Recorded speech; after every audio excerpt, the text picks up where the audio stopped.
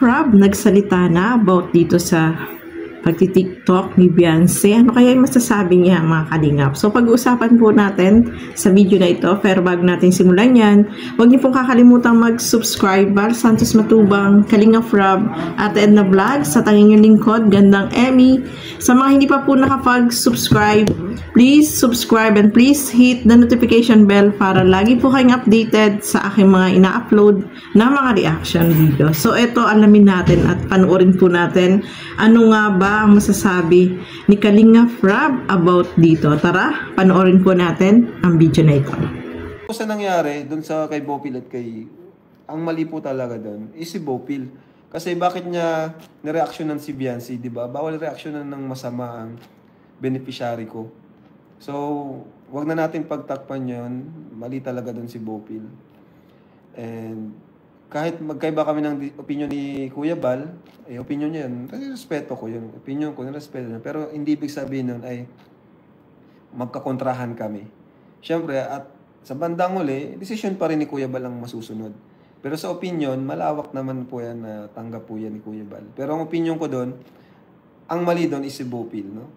Maling-mali talaga siya doon. So, bakit niya re-reactionan ng gano'n na parang pabalang na, ano, parang i-invite ng basher? Yun yung matinding pinagbabawal natin na i-invite tayo ng basher sa content natin, no? Yan. Ang sabi ko is, bawas-bawasan ang pag-TikTok. Nagkataon lang na na-reaction ni Bopil is yung lumang upload na, no?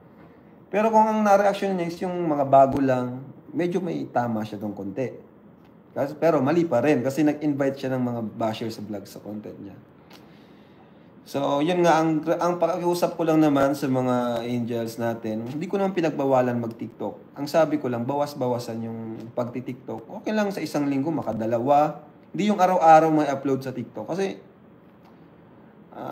inaano natin sila kumbaga iniingatan din. Kasi ang nangyayari, pag nag-TikTok sila ng something na di nagustuhan ng mga viewers,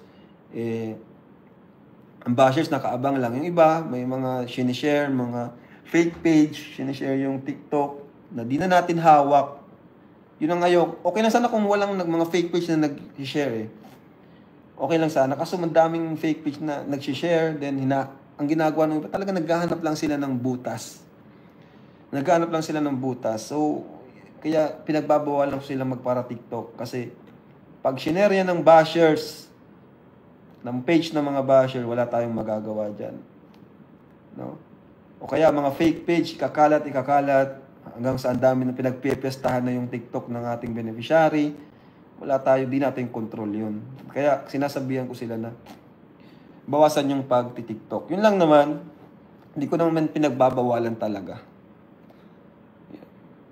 Kaya yun po. So, yun yung ko doon, Nakakasukay mga kalingap. Nasabi dyan ni Kalingap Rob na mali si Bopil, maling-mali. No? Kasi yung pagre-reaction niya is late na. Kasi matagal na pong nasabi ni Kalingap Rob yun noon na bawas-bawasan ang pagti-TikTok ng mga angels, no, mga kalingap. So, hindi rin agree si Kalingap Rob dito sa paggawa ng reaction ni Bopil kasi nga nung nag-announce siya noon is matagal na po yun na i-announce, late na nakapag-reaction itong si Bopil. Tapos parang nag-invite pa ito ng basher, no, na nagpalala, no, mga kalingap.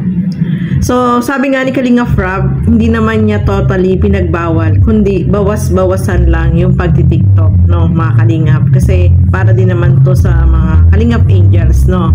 Kaya, ayan po, narinig natin mula kay Kalingap Rob na iniingatan lang yung ng mga Kalingap Angels, no, na yung manakaw yung kanilang mga ginagawang TikTok kasi nananakaw po talaga na i-upload sa mga feeds, kinukuha nila tapos i-upload nila hanggang sa kumalat ng kumalat, no, mga kalingap.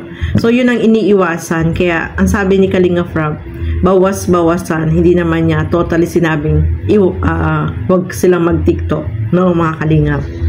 So dahil doon sa pagre-reaction ni Bofil is yun nga, sabi nga ni Kalinga Prab is nag-attract ng bashing, no, na syempre yung mga solid na sumusuporta sa EDSI ayaw nila na mababas. Syempre kahit ako ayaw kong mababas itong si Beyonce, no, kasi alam naman natin si Beyonce, napakabait po niya, napaka ano talaga yan, tahimik, no, mga kalingap, kaya ayaw natin syempre na mababas si Beyonce. Okay lang naman kung mag-TikTok si Beyonce, hindi naman siya yung araw-araw talagang nagti-TikTok, no, mga kalingap, wala naman pong problema yon yung ginagawa niyang pagti-TikTok. Kaya yun yung nangyari na talagang marami din yung nambas, nag-attract ng bashing. At anong hindi maganda kasi kapag magre-reaction tayo, wag nating bigyan ng reaction video yung mga negative comments, kasi dun sa mga negative comments doon talaga nagsisimula ang bashing, no, mga kalingap. So as a reactor, dapat wag nating re-reactionan yung mga negative comments na hindi makakatulong, especially kay Beyonce, no, kasi yung mga yun talagang siguro yung mga nagko-comment na yun is hindi nila gusto si Beyonce o naiinggit sila kay Beyonce, kaya ganun yung mga nagiging comment nila. Pero yung pagti-TikTok is wala naman pong problema, okay naman yung pagti-TikTok ni Beyonce, no.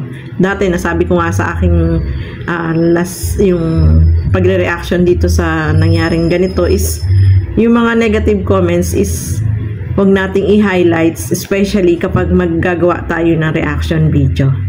So yung suporta natin ay nandoon kay Beyonce, no, mga kalingap. Mahal na mahal natin yan si Beyonce, at yung support natin ay nandiyan. So wala naman pong problema yung kanyang pagti-TikTok. Masaya nga tayo kapag napapanood natin siya, di ba?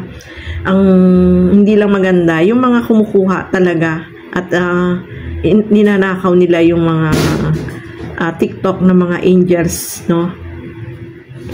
Kaya iniiwasan din Kalinga Prab na kapag nanakaw yun, doon nagsisimula, no, yung mga comments na hindi magaganda, na hindi na makokontrol. So ayan mga kalingap, no, ano lang tayo, support, no, sa EDSI. Nandyan tayo para supportahan ng EDSI, no, mga kalingap. So ayan, maraming salamat po sa inyong walang sawang panonood at pagsuporta sa aking mga ginagawang reaction video. So hanggang dito na lamang po muna. Keep safe everyone. Thank you for watching. Mabuhay po tayong lahat. Bye-bye!